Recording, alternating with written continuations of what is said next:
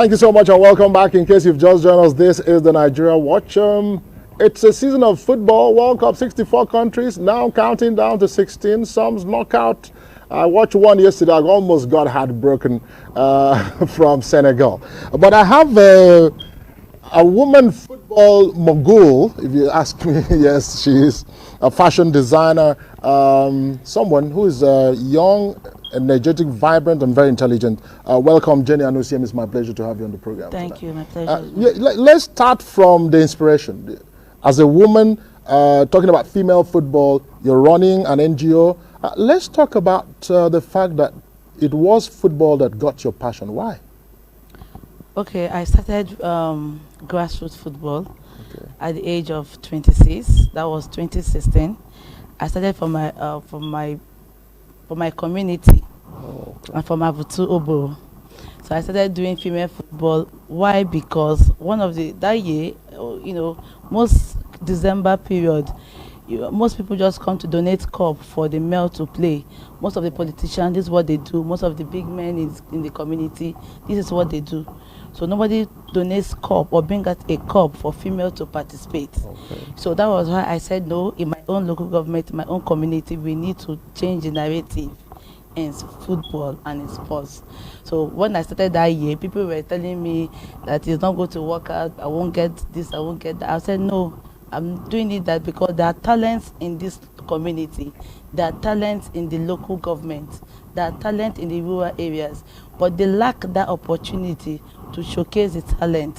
So that is why I started it by 2016. Every year in my place they play female football competition. So when I started that year, it was fun actually, and I really realized that really people are really hungry to get this kind of attention from the local government too. So what was it like? Sorry for cutting you. Okay. We know what it is like culturally, yeah. Having women to come out to take such bold steps. I mean, convincing the female folk, their parents and all of that to say, allow your children come. What was the hurdle like? Okay, well, for that year, 2016, I think it wasn't really stressful for me, actually, because I felt like people were actually waiting for this opportunity.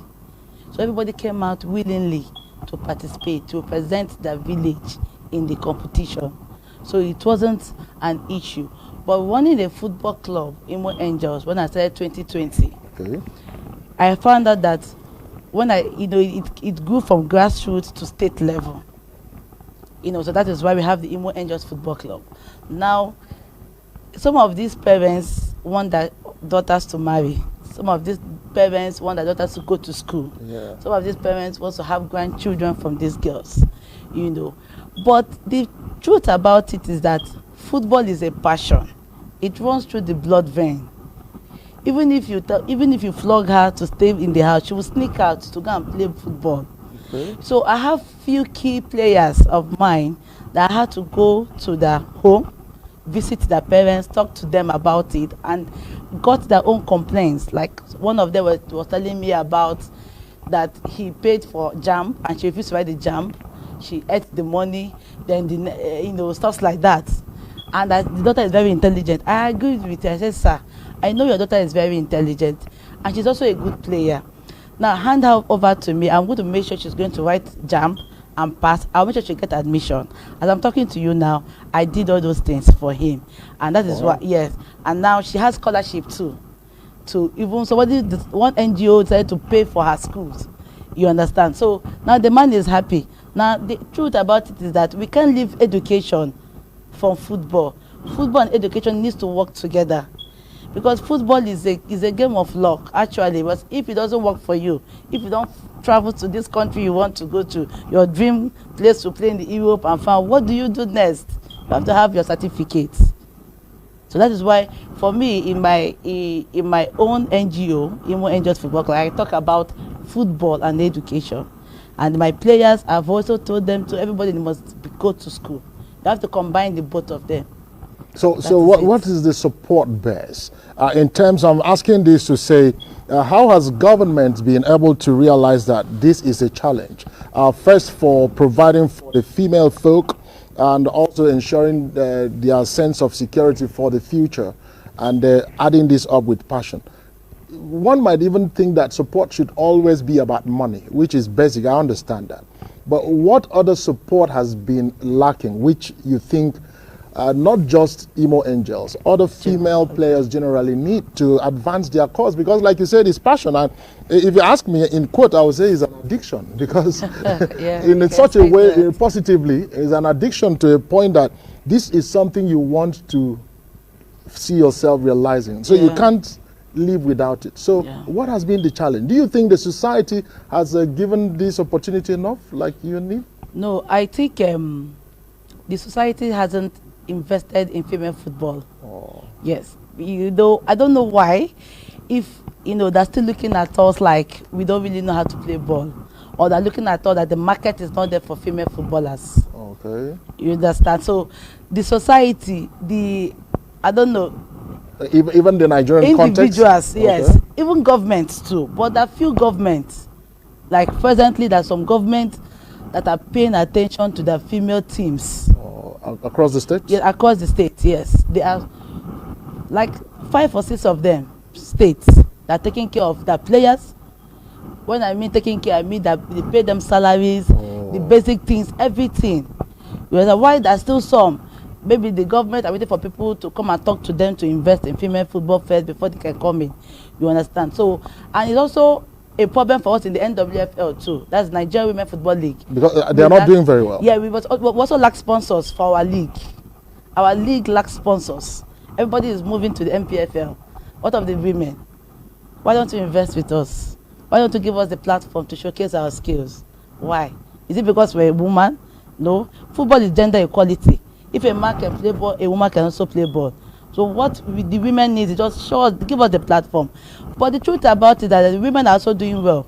If you watch the Under-17 World Cup that just finished, that we came 3rd, we did well.